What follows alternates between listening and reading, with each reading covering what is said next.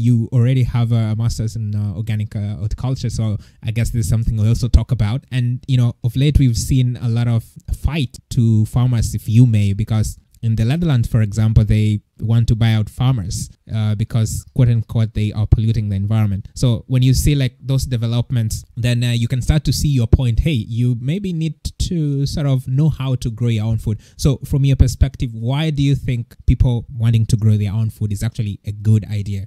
It's the cheapest thing you can possibly do for your health. A lot of people will often say that buying organic produce is expensive. I'm going to tell you, that's absolutely fine. You either have more time or you have more money. So if you have more money, go have at it. Go buy your organic veg. Go to country markets. You'll get it even cheaper there. Why? Because the growers need to sell it, and most certainly every year at those certain times of the year, there's an abundance of it. And they will give you deals if you agree to come every Saturday, every Thursday, every whatever day the market is at. So that's one of the first points. Next thing is, if you want to grow your own, packet of seeds cost you $2. You betcha that you can literally grab and sow a seed today to gain the advantage in the future. It's definitely going to be the core of the podcast. There we go. You go with what is the most important vegetable or fruit to eat organically. Key thing is, I have a list of ones. It's called the Clean 15 and the Dirty Dozen in the book. But straight away, even before we go to that, it's touching on, it's the one you eat the most. So if you're eating broccoli, grow broccoli. If you're eating loads of kale, eat kale. If you're having loads of apples, then grow an apple tree. Whatever the fruit or vegetable may be for yourself. That's what I want people to do,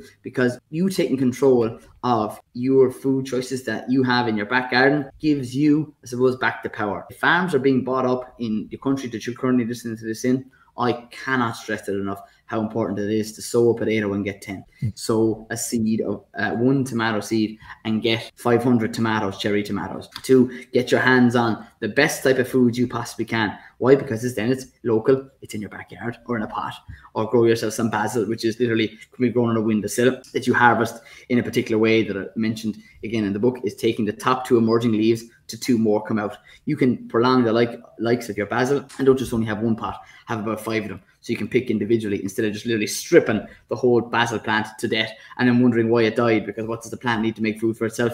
Leaves, photosynthesis. We all remember that in primary school or wherever we went to school.